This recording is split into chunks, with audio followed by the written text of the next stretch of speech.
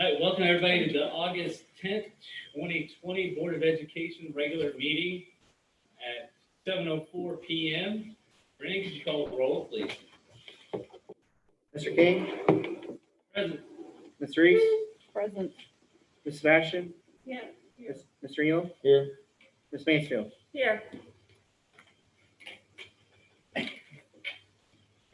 right, if y'all please stand and join me with the Pledge of Allegiance. I pledge allegiance to the flag of the United States of America and to the republic for which it stands, one nation, under God, indivisible, with liberty and justice for all. Thank you. Sorry. Does anybody have any additions to the agenda? Besides, like, we have an addition to section 10, item D on the educational degree status. Any other additions to the agenda?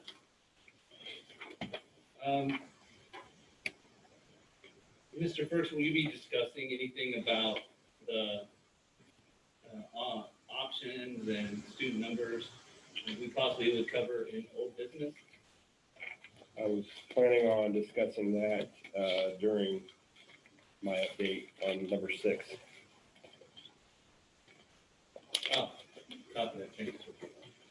So, no one has a need for any agenda item updates, changes? All right.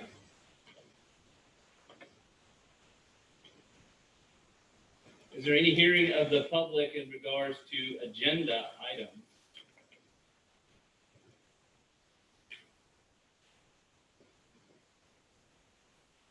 I don't have any. Mr. All right. Thank you. Next will be administrative reports. I'll turn it over to Mr. Burks. First on the agenda for this evening would be elementary principal, Miss Jody Pettit. Thank you, Mr. Frank.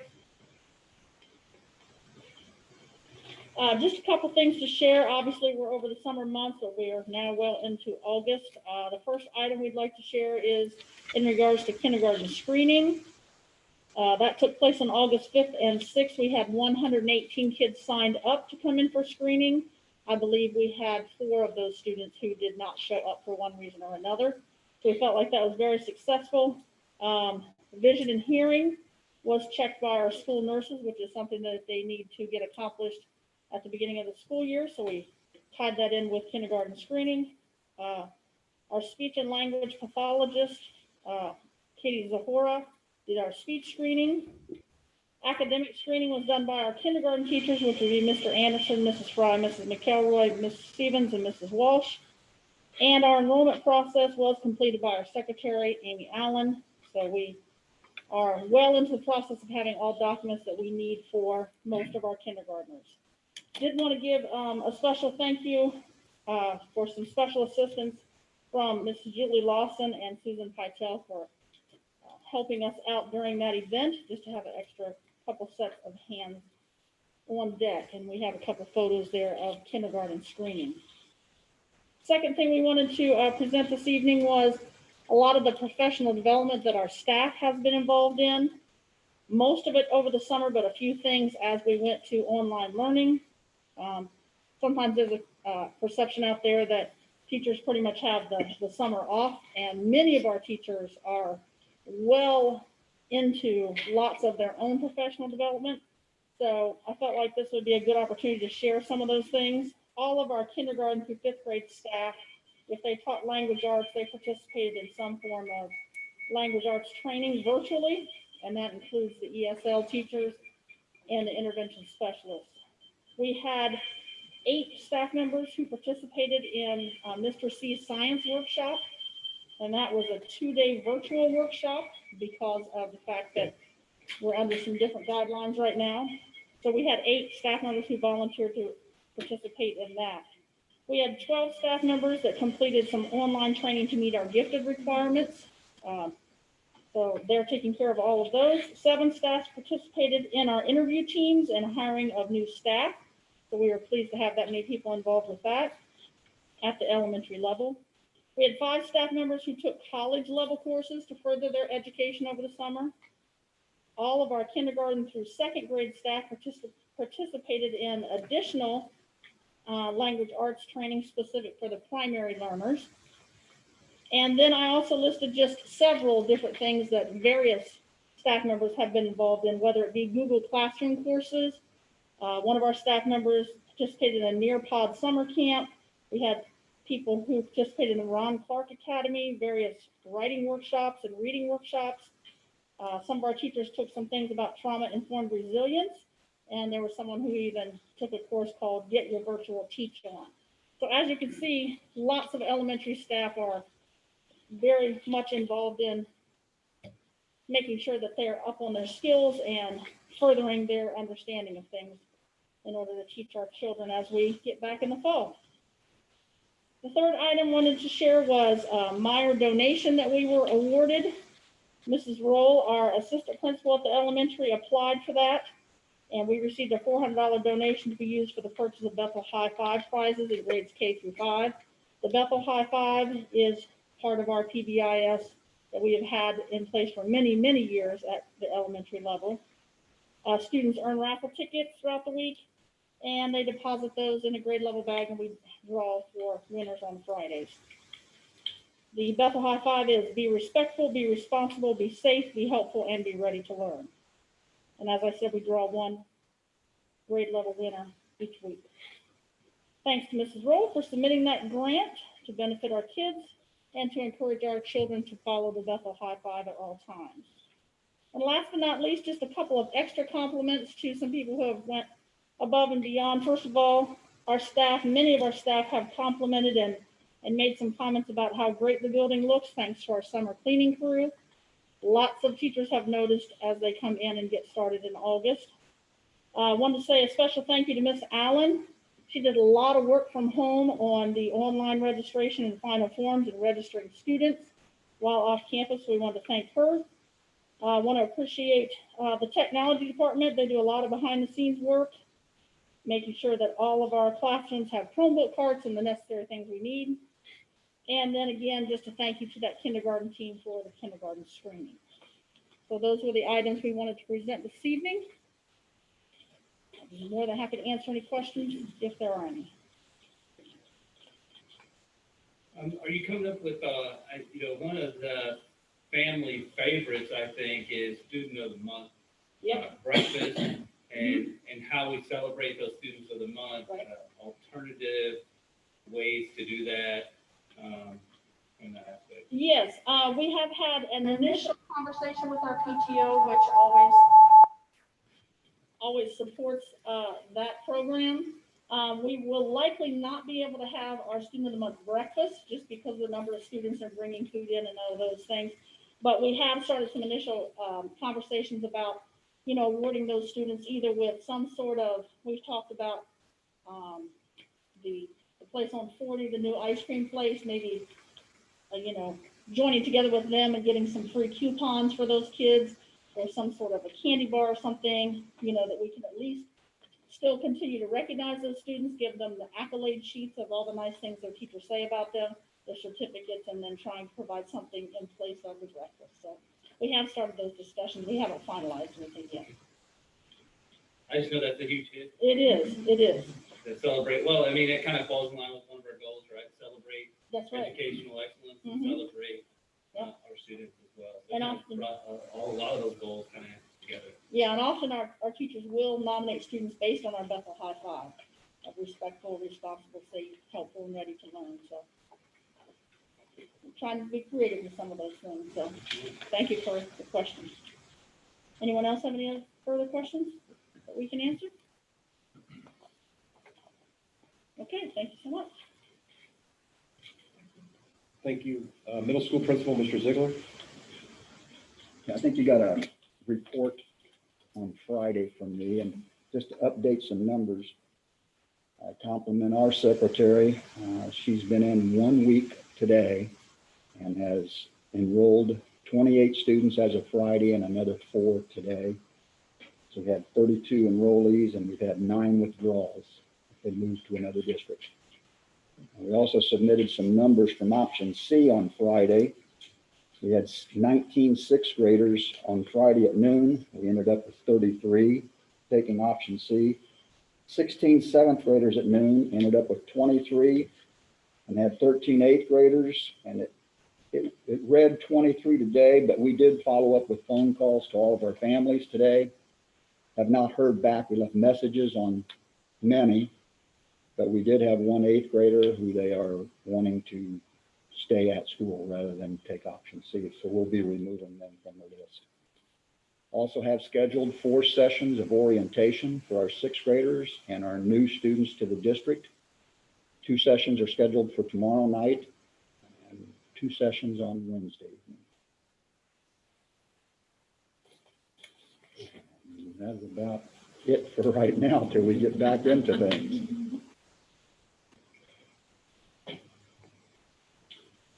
Any questions for Mr. Ziegler?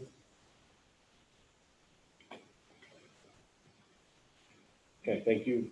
High school principal, Mr. Bearswell. Good evening. Just a brief report this evening. We have an orientation meeting scheduled for incoming freshmen and any students that are new to the high school this year. It's going to take place on Friday, August 21st, beginning at 1 o'clock. We'll start off in the high school gym, go over a few things, pass out Chromebooks, give them a schedule. They can go to their lockers, walk through the halls, find their classrooms. Just get a little bit acquainted with the building before first day of school. The computer lab, the new high school computer lab is completed. A lot of work went into that this summer. Mr. Brian Perez, Mr. Jeff Coyle of the tech department. I'd just like to thank them for all they did in getting that lab all set up. It's right next door here to this room, so if you want to peek in there and see, you're welcome to do that.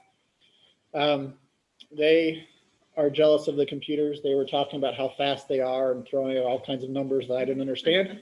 But they said they're the best computers in the district. So our students should benefit greatly from those, being able to do a lot more than the old laptop computers that they have been using the last few years.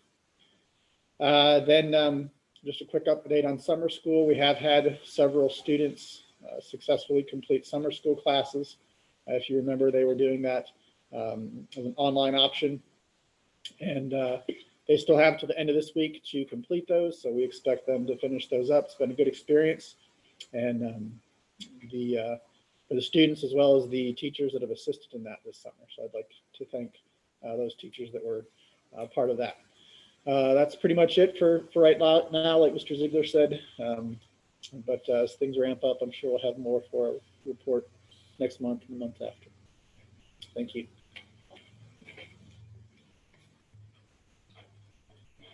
Thank you, Mr. Swoop. I have one item this evening to kind of update folks on. I was able late before the meeting started to send out an email to not only the administrators, but also the Board of Education members in regards to option C, distance learning. So I was able to break it down from kindergarten through 12th grade and kind of give you numbers as far as the number of students that will be enrolled in option C, and then also kind of from K through 5, what the end game course numbers will be divided by the number of class sections that we currently have, and kind of an average on what we're looking at per course section.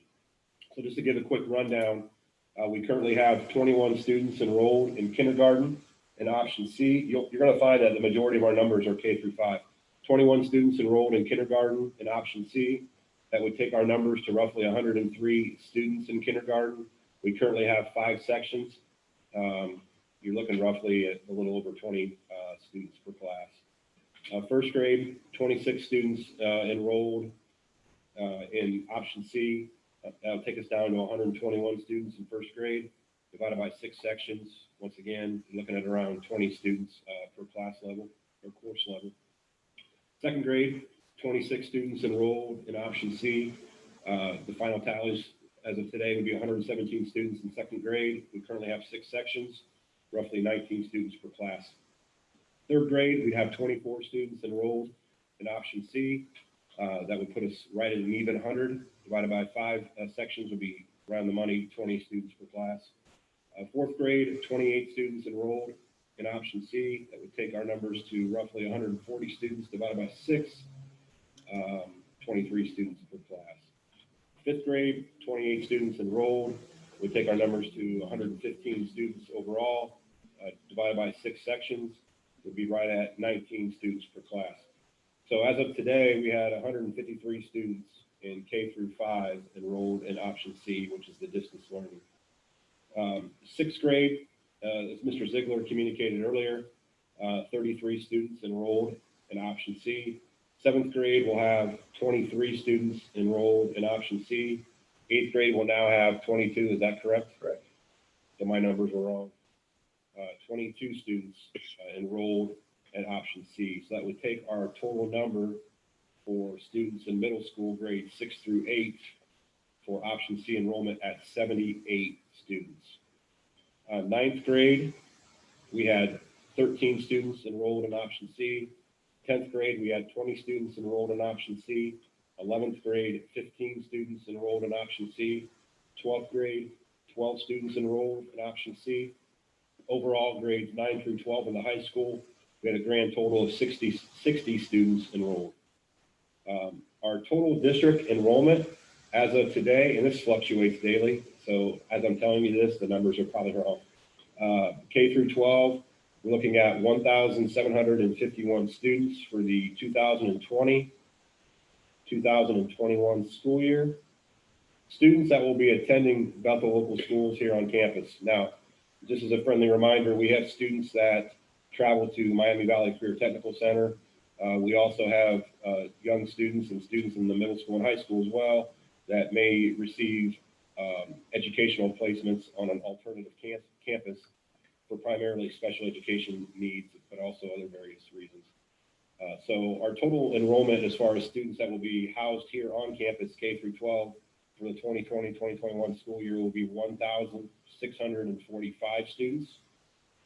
Overall total for option C, that's going to be changed to 291 students in grades K through 12 will be enrolled in option C. And then Bethel local school students K through 12 that plan on attending school in the fall on campus will now be 1,354 students. So as you can see, we'll have 291 students participate in option C. We'll have 1,354 students that plan on coming to campus each day and receiving their educational placement experience. And that's as of the information we have right now, that we're allowed to have 2 options. Yes, yeah. And enrollment numbers change all the time. Correct. So Do we have any information on students we've lost to other options? Like people that maybe attended here last year or that were, or maybe going to be here this year because of growth that are going to I'd have to talk. homeschool or, I'd have to talk with Gail in regards to her running a report on EMIS as far as if we've had any students. I do know we've had some students that are Bethel local schools residents that attend a school campus for religious purposes in the Huber Heights area that I believe are now coming back to Bethel because their district that they attend does not offer an online option. So they're Bethel students that were open enrolled elsewhere that are actually coming back. So we are in the process of re-enrolling them to Bethel. They may only stay a semester, I don't know. right. Oh, no, I was just wondering because the number of students went up since last year, but not as much as has been. Yeah. So I just wondered if we lost some. to No, I mean, I don't know, I'd have to homeschooling check, but that's why enrollment numbers are so hard to predict. or- Right. And I think Just too, curious. one of the things you may see from some of the enrollment numbers is the movement of PCS moves within the military, were delayed, slowed. The fact that we may not have seen the typical movement in and out of our community from the Cairns Trail area, that we could see really later after we start the school year. Yeah, I would also think that piggybacks off the school system. I mean, you just look in general, from discussions and networking, it doesn't appear that as many teachers are looking to move districts. Maybe many families in the same regard aren't looking to move just because a lot of the unknowns. So I'm not saying that won't happen, but I think a lot of other factors may contribute to people kind of holding still where they're at. Right. I know, I just wondered because they're still selling houses. Yeah. According to. But who knows, Yeah. that day before we might get 150 kids show up and want to enroll. Right. You never know. And they can no longer take option C though, correct? The deadline for that is passed. That is correct. I mean, unless they have established residence after that. I mean, I'm not going to deny somebody who's Gotcha. moving into the district. And what That about, was essentially a steadfast date for those people that had been residing in the district and had known about the option for several weeks. But if somebody moves in, 2 weeks before school, I think that's a different, in my opinion. and so now that you have these numbers, are you going to take a look at the AP and honors thing that we talked about in the last meeting? To see how many of those kids would want to take those, or are we just not offering it? No, we are. We are offering it. Correct. For the Yeah, that option was C. made known on social media and a one call and everything else. Okay. So we had students actually sign up after that was made known. I'm gonna get We the got one call. confirmation that honors is good too. I didn't hear any closure on that, but I did hear AP. That I need to check on AP for sure. I'll be follow up with Mr. Borchers in regards to honors. Mr. Ziegler has some comments.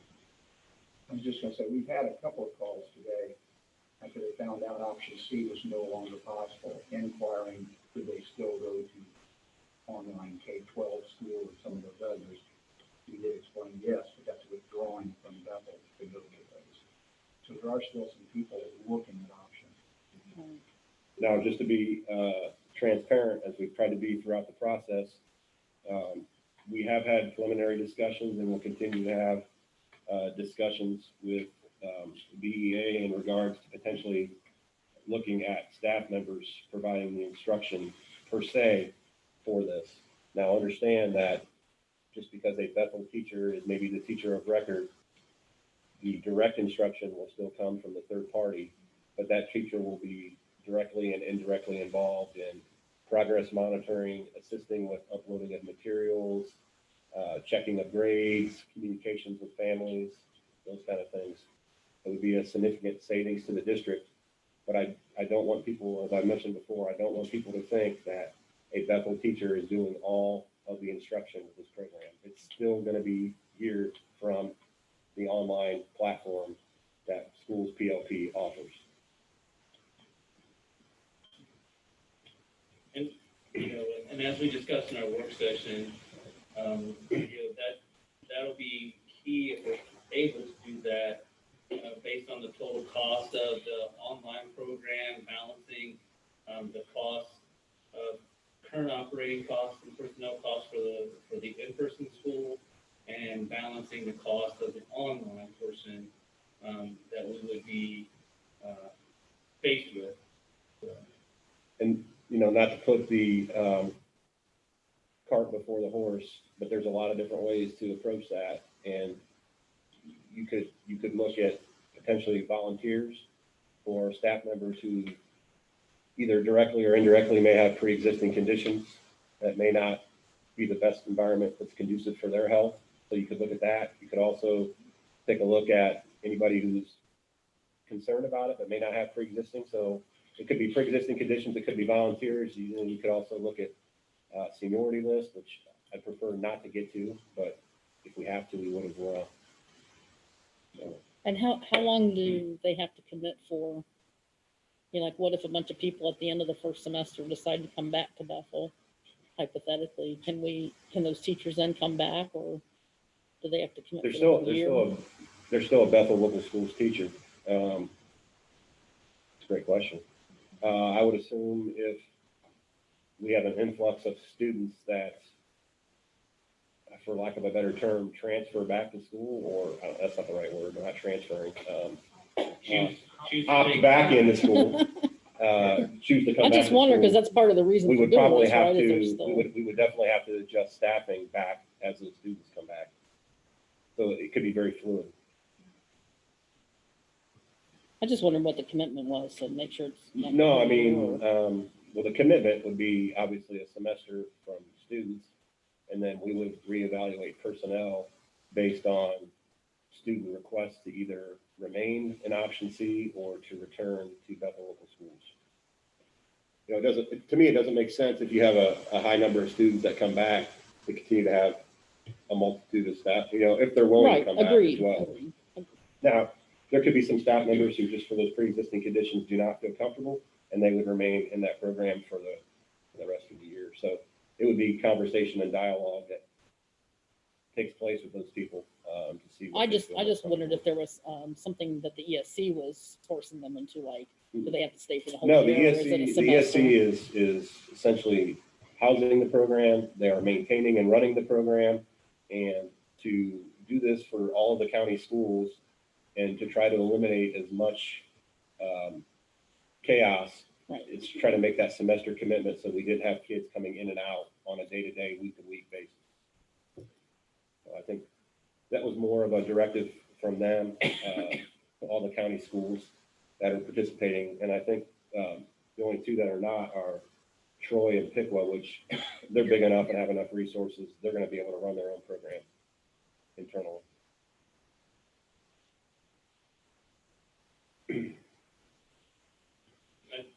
I look forward to your future discussions with the BEA and understanding how we're going to transition through both programs, so that, you know, the last thing we had on our mind was impacting teachers or the operation of the school, and focusing on the educational opportunities that were right for each family. And a lot of the comments that I saw online were within regards to, if I could only have a Bethel teacher be my online teacher, if I could only engage with Bethel, then I'd be more apt to do certain things. So it's almost like a hybrid. If we're able to, at least a Bethel teacher would be monitoring progress and assisting the family from that aspect. But Justin, to clarify too, is that, you know, we know that that Governor DeWine his office put out today that there is a very significant news conference tomorrow at 2 p.m. With a lot of specialists there to assist in that news conference. This could be all null and void. If things change where, for example, if the governor decides to make online schooling for the first portion of the year a mandate, would families that signed up for option C be able to come back, change to that online program before school starts? As of now, the ESC is indicated they're committed. Okay. That would have to be a decision that's driven by not only them, but also PLP as well. Okay. So, I mean, I think that was clearly articulated in the plan, but I could be wrong. I thought it was listed under option B, and that was the sticky situation with families. We did have several phone calls in regards to that and concerns, but that was kind of what the expectation was set across the county for all the schools. Okay. I thought if that decision was made before we got school started, that before they started the online program, we might be able to. I'd have to look at that, but I thought I indicated that once they commit, I don't want to say that and then be wrong, but I thought it indicated that once they commit, they're in for the first semester. Okay.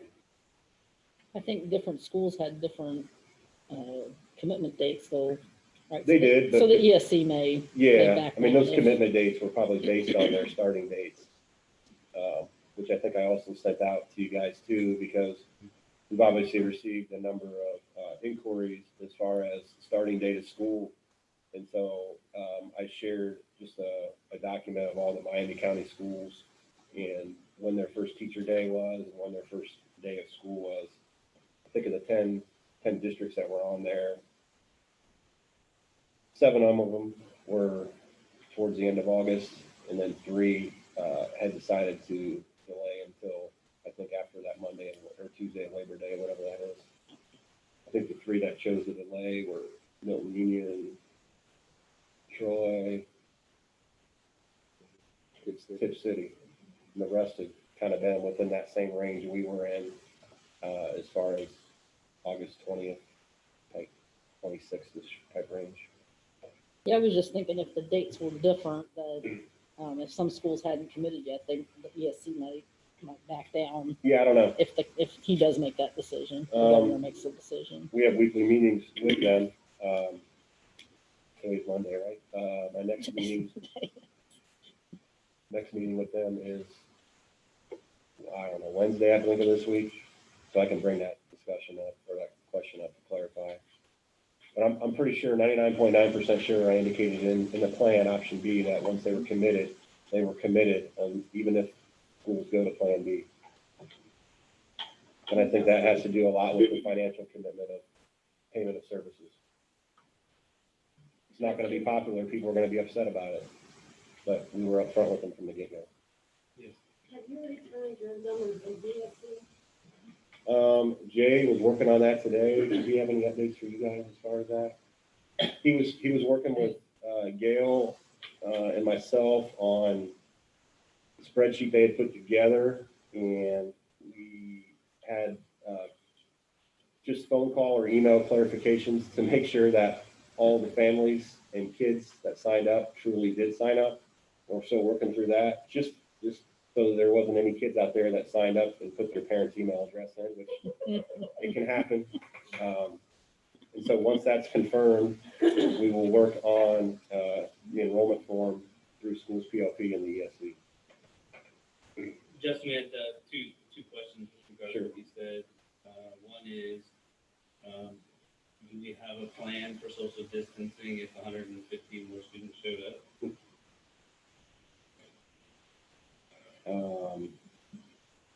That's a loaded question. I mean, we don't have enough room for them now. That's why we have 9 modular units. 10 if you count the one too many they brought. I think that'd be evaluated on a case by case. Yeah, I mean, the only thing we could look at would be worst case scenario is having to use gymnasium space for classrooms,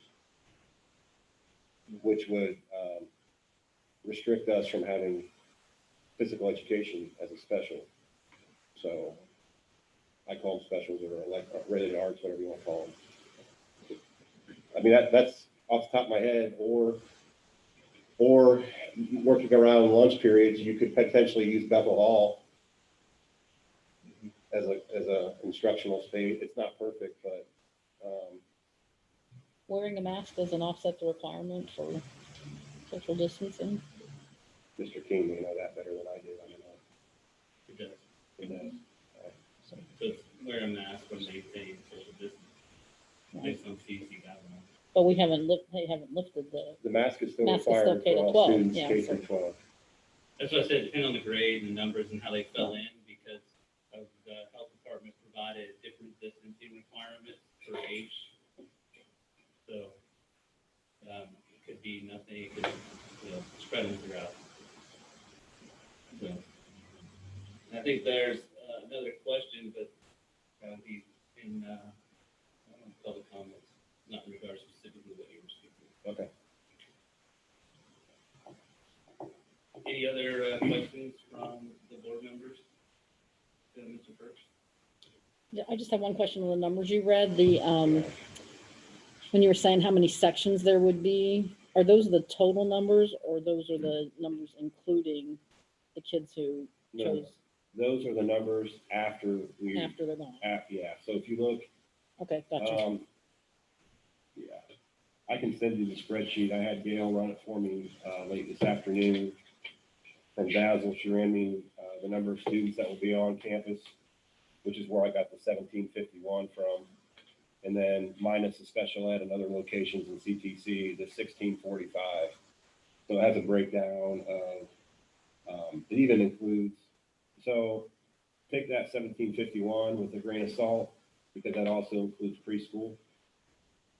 So we have 16 preschoolers this year, 8 male, 8 female. And then it also includes what's considered grade 23. So just as a friendly reminder, students with disabilities by law, their parents can choose to educate them until they're 22 years of age. We have 3 students that are participating in educational programs outside of Bethel that are still considered Bethel local schools away preschool, that's 16. Take away the grade 23, that's 3. There's 19 students off of the 1751.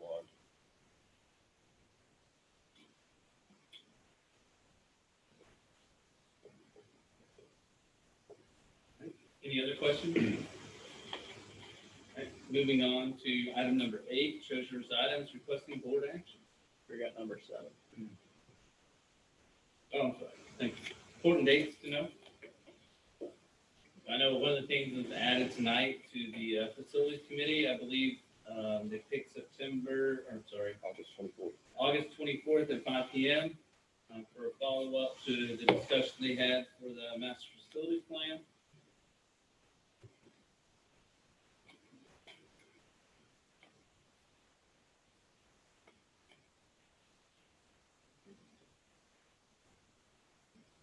And then looking forward to August 19th with our new teachers induction, and then the first day of school, August 25th. Any other items need to be added? All right. Thank you, Brendan. Now, number 8, treasurer's items requesting board action. Board, I have the following items for approval tonight. The minutes for July 7th, July 13th, and July 22nd. Payment of bills for July. The July financial report. Repayment of advances. Transfer of funds. Just a reminder, the first one will only be done if I get approval from the tax commissioner. Approval of transfer resolution as discussed last week related to unclaimed funds. It's been more than 5 years. By law, we can return it back to the general fund. And then the last one I sent you, we got the propane contract. When I started, we grouped together with Miami East, Graham, and Hardin Houston. This year we got, I believe, 5 quotes from suppliers. And again, Heritage Cooperative came in as the lowest and best bid, and it's actually 6 cents a gallon less than it was last year. So it's great news again. So those are the items I have for tonight. All right, motion to place items from the treasurer's report on the consent calendar. Thank you, Lida. Do we have a second? I'll second. Thank you, Danny, for the second. Any discussion? Brennan, could you call the vote? Ms. Mansfield, Yes. Mr. Elam, Yes. Ms. Sebastian, Yes. Ms. Reese, Yes. Mr. King. Yes. Motion to adopt the consent calendar with the items from the treasurer's report. I'll move. Thank you, Lori. We have a second. I'll second. Thank you, Julie, for the second. Discussion. I would like to say, Brennan, number one, thank you for working the cooperative for the propane, and that is a large bill we pay. And to have the last contract at a reduced amount per gallon, to now seeing a second contract at a reduced price per gallon is great, because every penny helps us in our operation of the facilities and support our teachers, staff, and students. One of the things that's not on here that we previously had mentioned, right, was the huge savings that were garnered by Brennan's ability to change our bond that we currently have on the new high school building. As you'll see probably on our social media, a picture of our check. We, due to Brennan's ability, are giving $3,010,523.49 back to the community. So that's the amount of taxes that we will not be collecting from the community, just based on the refinance. So that's huge, I think, in what you've done for our district and for our community. So I thank you. The entire board thanks you. We all done it individually as well. So great job.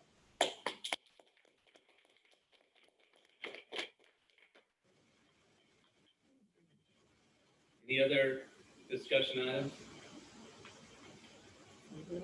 Bren, we call the vote, please, sir. Yes. Ms. Sebastian? Yes. Ms. Reese? Yes. Mr. King? Yes. Mr. Elam? Yes. Ms. Mansfield? Yes. All right, any other information from the treasurer? Just to let the board know, we are getting additional federal funding, related to, coronavirus relief tax refund. I got the notice, Friday afternoon, we're getting, believe off the top of my head, I think it was $76,000 or $78,000 more. I'm working with Mr. Ferks to see, what areas we can use that for. This one's a little different than the other one. They really just want you to submit a plan of what you're going to spend it on. So we're looking at what things would be beneficial for us. One of the things that does come to mind is we are ordering extra Chromebooks to help to ensure we have a one-to-one Chromebook for every child in the classroom. So that might be part of it too. So we just got it Friday, so that's what I'll be working on this week with Mr. Burks to get that finalized and get more additional funding. Under the thing, it's called Small Towns and Rural School District is what's on the CCIP budget. I had to verify it because I got something else that was labeled similar and that was a different type of funding, so I had to get confirmation that was related to the virus relief fund, and it was. So we'll be working on that this week to get it finalized. So one, I thought you were getting ready to say they're taking our hashtag from our basketball program, the small town big tradition. That. Yeah. But that's great. Yeah, so there'll be additional funding that we can use to see what school. The one that we got right now is the 52,000. We're installing the bottle fillers throughout the school, and that's also with the purchase service to do some work on some of the ones in the elementary to hook them up. So that's also related to contract services. We bought masks, we bought temperature readers. Contactless thermometers, Yeah. disposable masks, face shields, feature barriers for desks, bottle refillers, these Sanitizer. Bethel masks, Sanitizer. the 16 sanitizer stations that we'll have located throughout the district. And then we're looking at buying a couple sprayers. So those are called, And possibly use the new funding to buy additional one of those for about out. vinyl oxide sprayers. So they're Victory. They have a couple of options. It's either an electro static sprayer or an electric static sprayer backpack that we're looking at getting for the custodial staff throughout the district. So that could potentially be used not only on the disinfectant sanitation of school buses daily between routes and after routes, but also in the auditorium if we hold students in there as far as arrival and dismissal. Could be used in classrooms on desks. Also could be used on high touch areas with office handles, door handles, those kind of things. So those are the kind of things that we're looking at utilizing the funds for. But that's not going to take up the whole 76. So we got to get creative and figure out what we can do. And we can never have enough disposable masks. Right. And then what's that? Yeah, your hand we also sanitizers and then they we're go also able to fast. get 1,000 packs, which I can only get a maximum of 1,000. Yes. We got them all of This- disinfectant wipes. Yeah. So that'll be That's for what also- classrooms and that. And as soon as I'm able to get another 1,000, we'll probably order another. So that was the max order I could get at the time. Those are hard to get. And then also continue to look for sanitizer bottles, individual for classrooms, offices, those kind of things as well. Are these like Clorox wipes and those kind of things that you can buy at the store? These are more These are more industrial grade type whites. Yes. Just had a question from someone about having the Clorox Lysol wipes on their school supplies. You can't find them. I know. So That's why I was able, so that's, I mean, I would assume that'd be coming from the principals. I don't know. Yeah, I had. Probably an adjustment to class list may be needed. I don't know. Yeah, I had a parent call today and I just said, you know, if you could find some break between now and the start of school.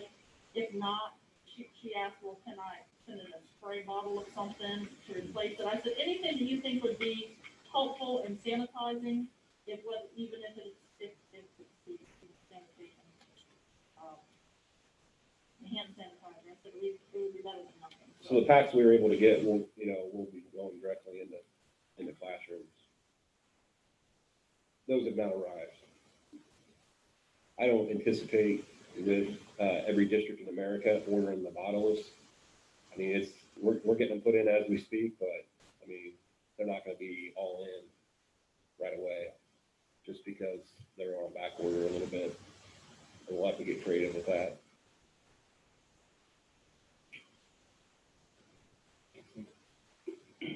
The other thing is, I sent the board, our auction is live. The district will be it's currently having an online auction until next Tuesday. Next Monday between 2 and 5:30 will be available for on-site visit of the items, which will be handled by the auctioneer. The bid closes the 18th. I can't remember the exact time yet. And then August 20th, between 10 and 4, I believe, is when the items will be picked up. Yeah, the website looks great for the auction. There's already multiple bids on there already for some of the items. I was looking at it just prior to coming to the meeting. So they have great pictures, great descriptions. Vernon, do you want me to do a District 1 call for that? To let people know? How are you going to get the word out, I guess? Well, I would imagine, yeah, you can. I mean, I have it put on Facebook, but obviously not everybody uses Facebook, and then I'm gonna have Brian put it on our webpage tomorrow. I think when we probably putting it up. Yeah. So it'll be on our Facebook, Twitter, and Instagram account.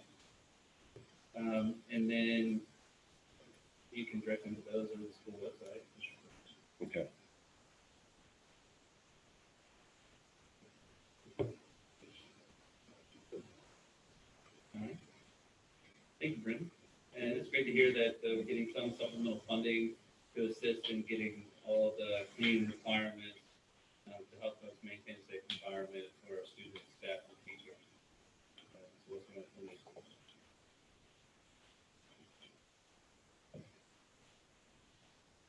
Next up will be item 10, and that's superintendent's items that are requesting board action. Mr. Burks. Letter A is an approval of an addendum to employee contract or employment contract. Although this technically falls under the superintendent's items, the contract in regards to actually falls underneath the treasurer's office. So, Mr. Hattery, did you have any comments you wanted to make in regards to Amy Mathis and the contract that's on here for recommendation? It's basically what we discussed before, and he's been here a little over a year and done a tremendous job, and I'm glad for her to be a part of the team. Okay, thank you. Letter B has to do with the approval of change in educational degree status. We have 2 staff members on here that have increased their on the salary schedule based on coursework. For Duhan, bachelor's plus 150 to master's 0 years of experience. There was a correction to newly hired teacher Kelsey Garwood. She was approved for a bachelor's. She has a bachelor's 150. So that'll be on here tonight for consideration. Also, the approval of gate workers' compensation. This was a recommendation made by Athletic Director Damon Smith, working with Treasurer Brendan Hattery in regards to the gate worker compensation rate that we paid for all athletic contest for the 2020-2021 school year, obviously pending that we have those events this year. Letter D, excuse me, I'm sorry, those are only C items, or A through C items I have. Was that the addendum to the agenda? No. And correction to education. Okay. Yep. And so we have a motion to place items for the superintendent's report to the consent calendar. I'll move. Thank you, Julie. Do we have a second? Second. Thank you, Lina, for the second. Any discussion? Brandon, could you call the roll? Ms. Reese, Yes. Ms. Mansfield, Yes.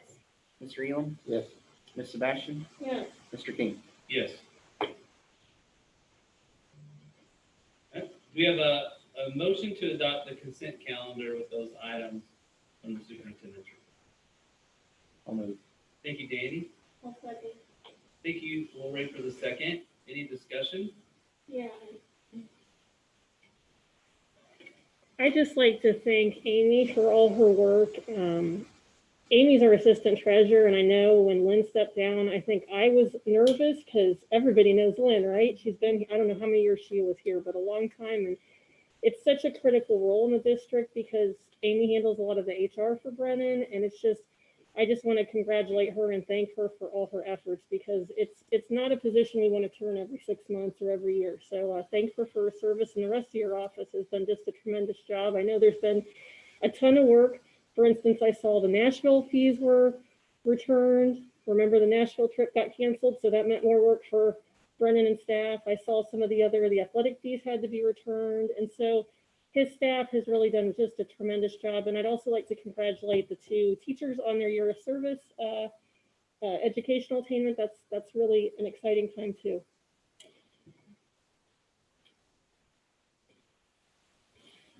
Thank you, Lori.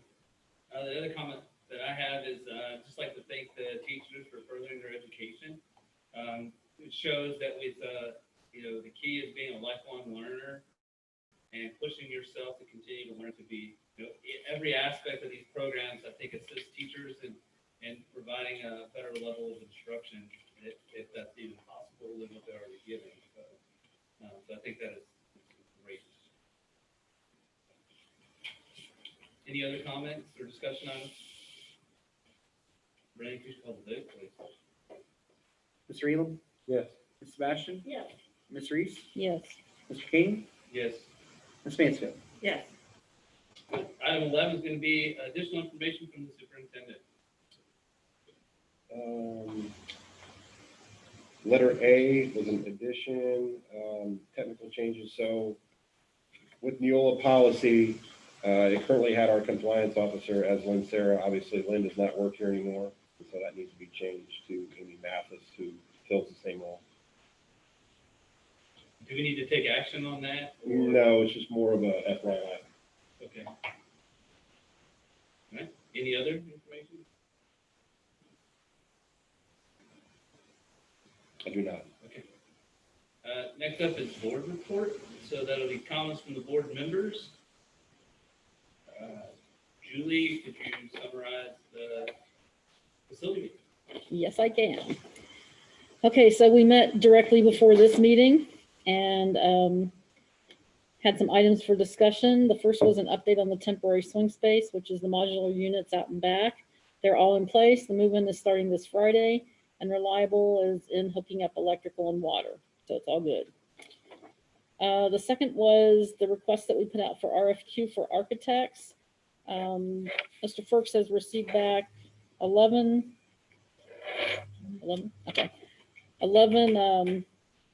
candidates, and the facilities committee is going to review those and whittle them down to probably 3 or 4 to do interviews. We're going to meet on August 24th to discuss those, and Mr. Ferks is going to send the information electronically, or at least provide a link to the information that the candidates provided. And then for the master facilities plan, we got a status update from Levin Porter, and they said it's pretty much on track.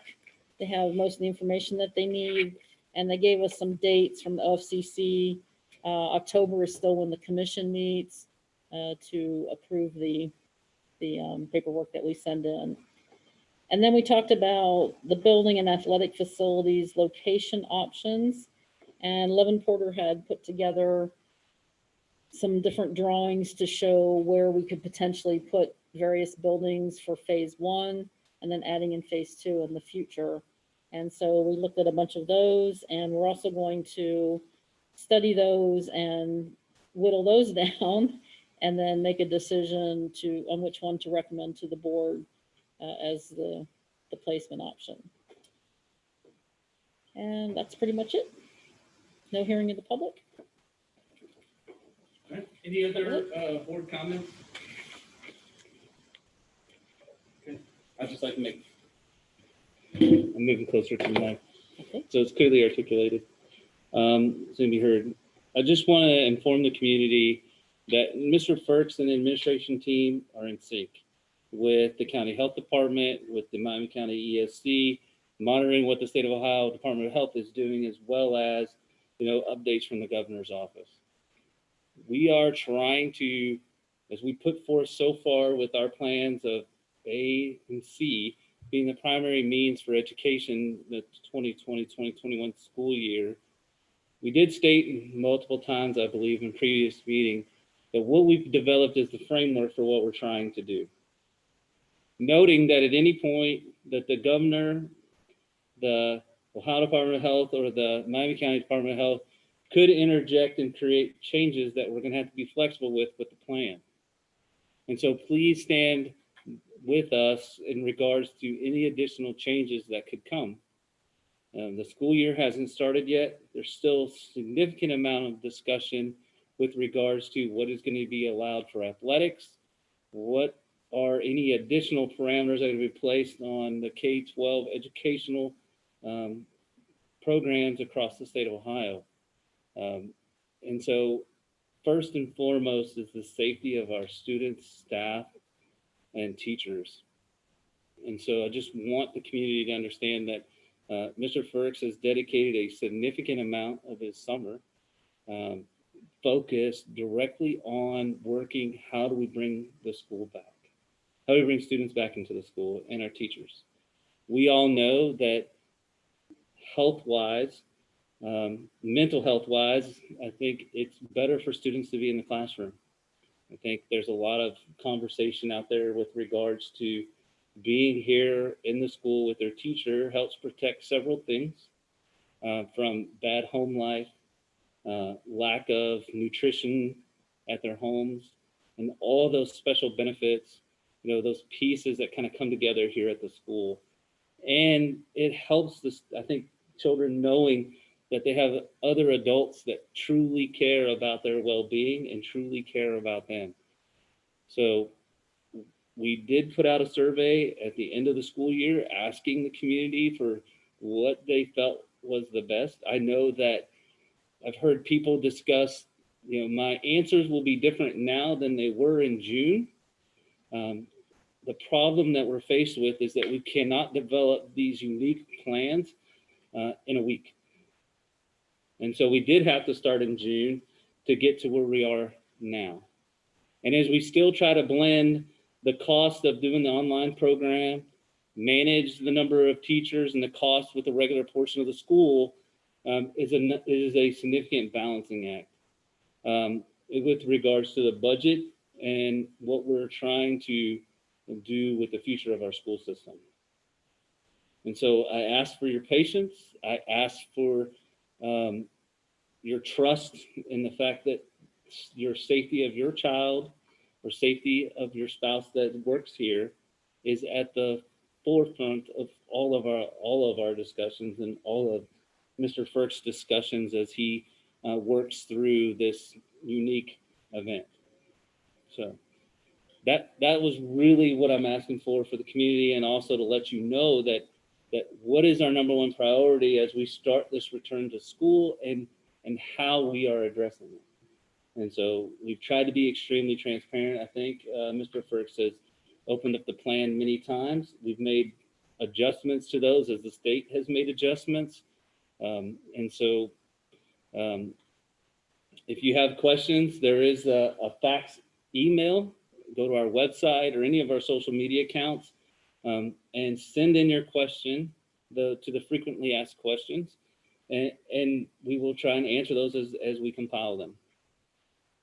The last thing that is ever in our thought process is to impact our teachers or impact our staff or students.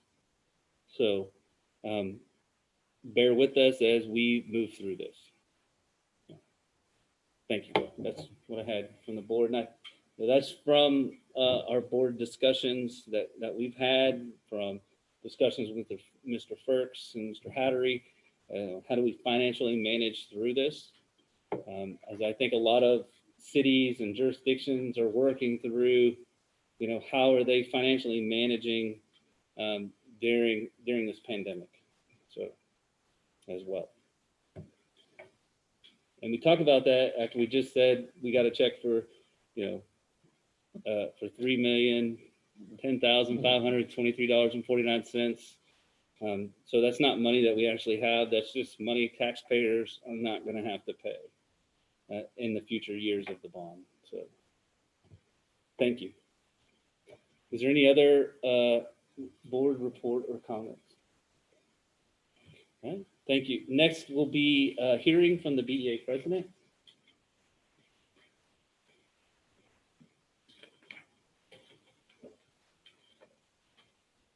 Okay, running it all out for you. Get my steps in here.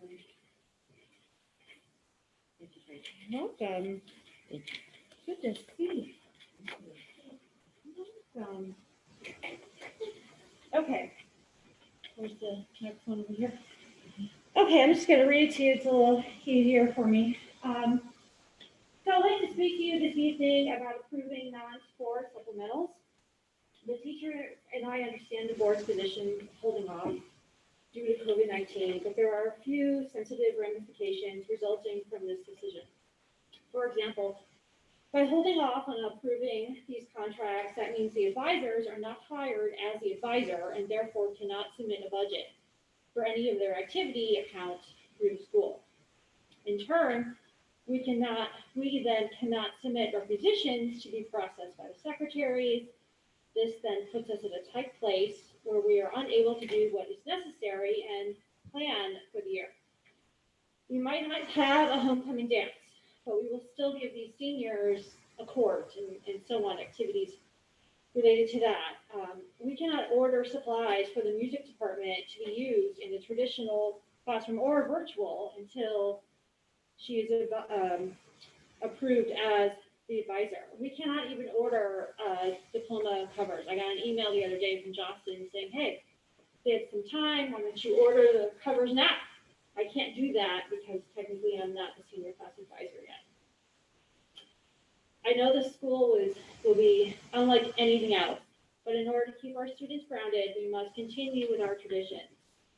My own children are full of anxiety, but knowing there will still be fundraisers to plan on Zoom and academic goals to strive for really, really helps.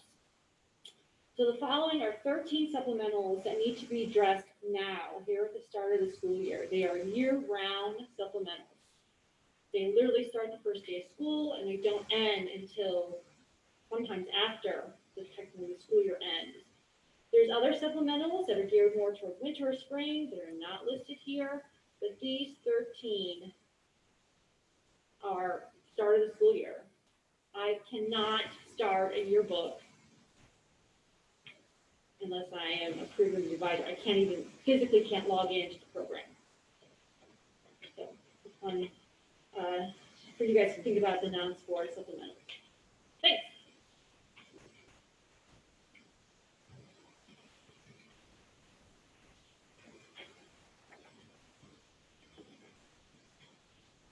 Thank you, Ms. Brewer, for that. And yes, you hit the point that we've all have struggled with, was approving supplementals for things that we don't know are going to happen. And one of the things that we were looking for as well was what are the supplementals that have to happen, right? And so the couple things that stood out to me was the senior class advisor, yearbook advisor. Is that one of the things? Yearbook? No, yeah, high school yearbook, and the student councils.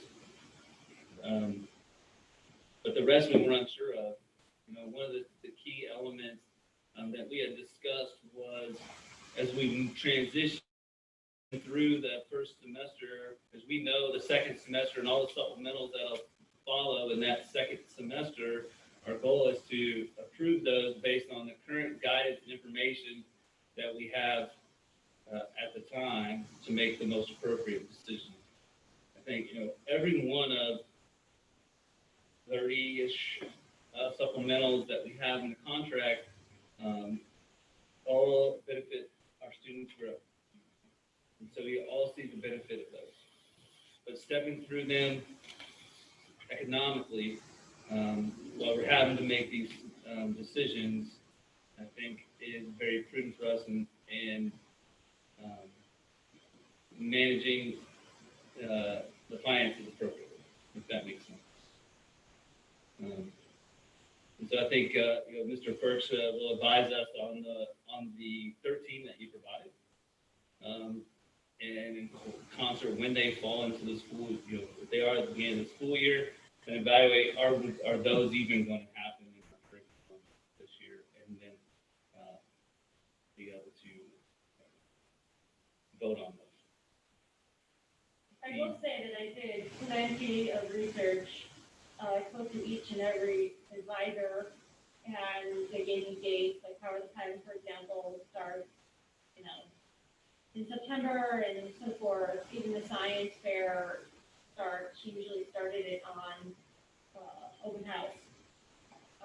So that's why the 13 that I listed are the 13 that I know from day one, August 24th, or 25th. We start by 2 cents. Yes. Thank you. And the other thing we're trying to balance too is whether the guidelines will allow those to even happen. Right. As well. So that's what the struggle we have is trying to make a decision. I think last time we did the calculation, it was around a $75,000 decision that we were, for all the supplementals that we were looking at, and balancing what do we think is going to happen. What do we know right now? They're saying as part of the guidelines that these events are canceled, just like, we're waiting on athletics still, right, to this point that for football and soccer, what are the requirements for games? Right now they can practice and do some scrimmages. Correct? You approve those something else? Because they were practicing already. Yeah. Yes. Well, starting August 25th, technically I should start my yearbook. Agreed. Yearbook, easy. Class advisors, easy. Student council, Well, those will continue. instrumental and vocal, she can't even order music. Yeah. So, Just yeah. little So things like that. some of the things that maybe I don't fully grasp, but now that this is with Mr. Perks, he can advise us. What are those next steps? For that. And do we have a meeting before the start of school year? No. The only meeting we have is the facility meeting, the 24th. Okay. Mr. Perks, do you have any input? Would you like to discuss this in executive session under item 1? That'd be good. Okay. She can't do anything with her sub-account, but she'll keep it herself. It's like her play. Her Okay. music. Thank you for She's that. more music right there, Dave. All right. Okay. Next up is hearing of the public. Brendan, I think the YouTube is got several. Okay. Do you want to read them, Mr. King, or do you want me to read them? I can read them. Okay.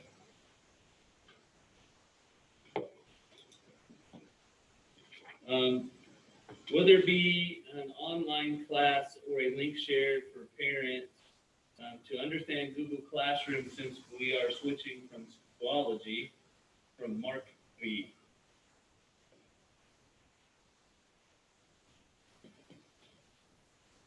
Who's the second one? You already answered the first one. Yeah.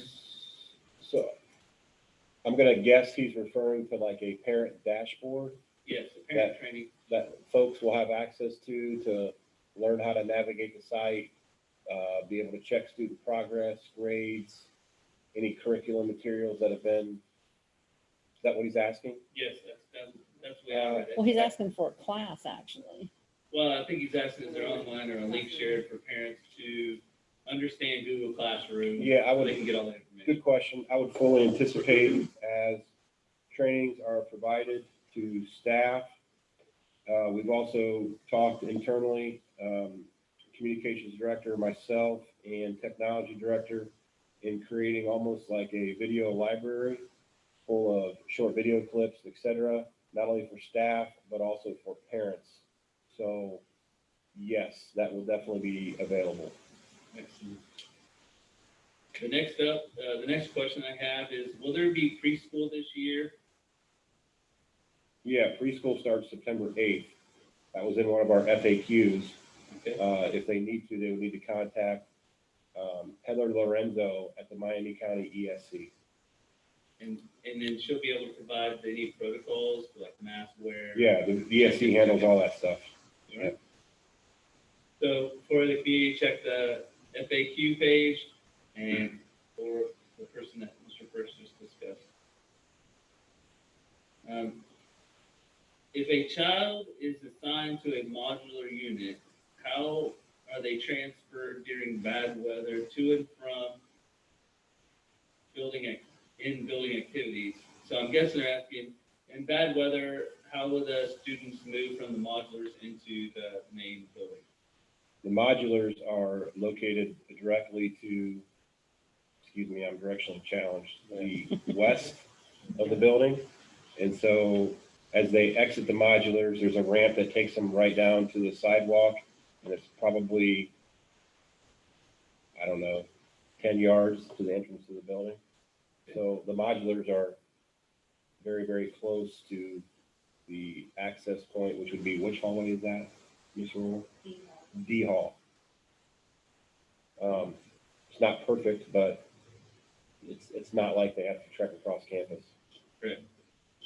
With that same question, there was a follow-up portion talking about, is there any security measures since it won't be locked inside? And I believe you incorporate that into our security plan. Correct. I mean, the facilities do lock up. There's locks, individual locks on the building, and then individual locks on classrooms as well. So we're actually in the process now of getting all of the rooms and the buildings rekeyed so that there's only one key for everything, and it's only Bethel local schools keyed. And I think too is, if you haven't seen the modular units, it's worth taking a look because these modulars are nowhere the same as the previous modulars. So is it correct that the classroom doors don't open to the outside, they open to an interior hallway? Yes, that's absolutely Yeah. correct. So there is a significant difference in how these modulars are versus the ones that people have seen here in the past that aid in those security measures. I would also indicate it's nice to have a full-time SRO on campus as well. Yes. So, I mean, our SRO's office isn't really located that far from this modular units. Now, obviously, she's not always in her office. She's out throughout the building, or she could be out of the district for various training sessions, but having an SRO on campus does make it a great benefit to the district. Yes. Ms. McGraw wants you to tell her where the Clorox wipes are. I guess she's looking to purchase them. Oh. Good luck. Your guess is as good as ours. I found 6 at Dollar General in Fairborn yesterday. I go to every store. I bought every single one. I mean, if she would like me to, I can send her an email of the distributor I got them from. I don't know if they sell individually. It was more for like school systems and So if businesses. she buys 1,000, I'll bet she'll have people buying from her. Probably. I don't know what it's a good price, but I got them for $4.95 a pack. And yes, that's a great price because I had that I have no idea. purchase. About the baby wipe stage. So here's the last question we have so far, and it states, a few schools have routed their pickup drop-off lines to the back of the school and moved buses to the front of the school in anticipation of longer lines, with parents opting out of bus usage. Thoughts? Right? We actually have it set up that drop-off is in the front and the buses are in the back, so we've already done that to reduce any conflicts. We probably just had a 2-hour meeting today on this very same topic. So it was with elementary principals and actually probably this on Mrs. Rhodes as well, as far as looking at dismissal and arrival. Mrs. Rhodes, you want to give just a brief update of some of the things we talked about? You don't have to get into specifics, but. So we very, very heavily considered completely changing our parent pickup to the back and buses to the front. There's pros and cons to both. One of the biggest cons is retraining your public. You know, we have parents that drop off or pick up not every day, very sparingly. They don't know where to go. The cross traffic. Ultimately, the decision was made to keep as much consistent for our parents as possible. With our buses, keeping them in the back, we also feel there may be a little bit more protection of them when they're getting on and off the bus than having them out front on the main campus. Some challenges that we've had to work, especially at the elementary level. Our leadership team met for 6 hours today to go over a lot of these logistics, and we spent a great deal of time on this. I mean, we really do face challenges with limited doors, with the modular units taking up our arrival and dismissal doors that we typically use. We do have a preliminary plan that we are hopeful is going to work. It will obviously take setting it in motion to make it really successful. Just like any school year, it will take a couple weeks for everything to adjust. But we are hopeful that we made a plan that we can make work that's best for students while also keeping some consistency for parents. Thank you. I'll pull in one more question, and that was, we'll be able to do a video of the modular unit so people could see it without actually coming here and how they're set up. Yeah, we can do that. So, and then any other, that's about the modulars and seeing something about the computer, new computer. So They want to see a video of the new computer lab? that's what it said. So I think it is already on Facebook. There's at least photos and several descriptions. Okay. All right. So that will close hearing of the public. We already know we need an executive session for item number 1, I believe, compensation. Mr. King, can I have one more thing? Yes, ma'am. It just dawned on me, sorry. If there's anybody listening that are planning to drop their students off, we are going to start taking students into the building at 8:05 instead of 8:20. We are adding 15 minutes. Please come at as early as you can. We will take students into the building. That will help to decrease some of that traffic flow we hope as well. Excellent. Thank you. And probably the increase in processing into the school now. Great idea. Thank you. So moving forward with the executive session, we know we have item number 1. Is there any other sections that need to be discussed under our executive session reason? Right. Hearing none, do you have a motion to enter into executive session? Thank you, Lyda. Do we have a second? I'll second. Thank you, Lori, for the second. Any discussion? I would say that there is this potential for a decision to be made after the executive session tonight. So we will try to come back on with all our platforms. Any other discussion items? Brandon, could you call the vote? Ms. Mansfield, Yes. Ms. Sebastian, Yes. Mr. Elam. Yes. Ms. Reese, Yes. Mr. King. Yes. Time to do executive session will be 8:24 PM.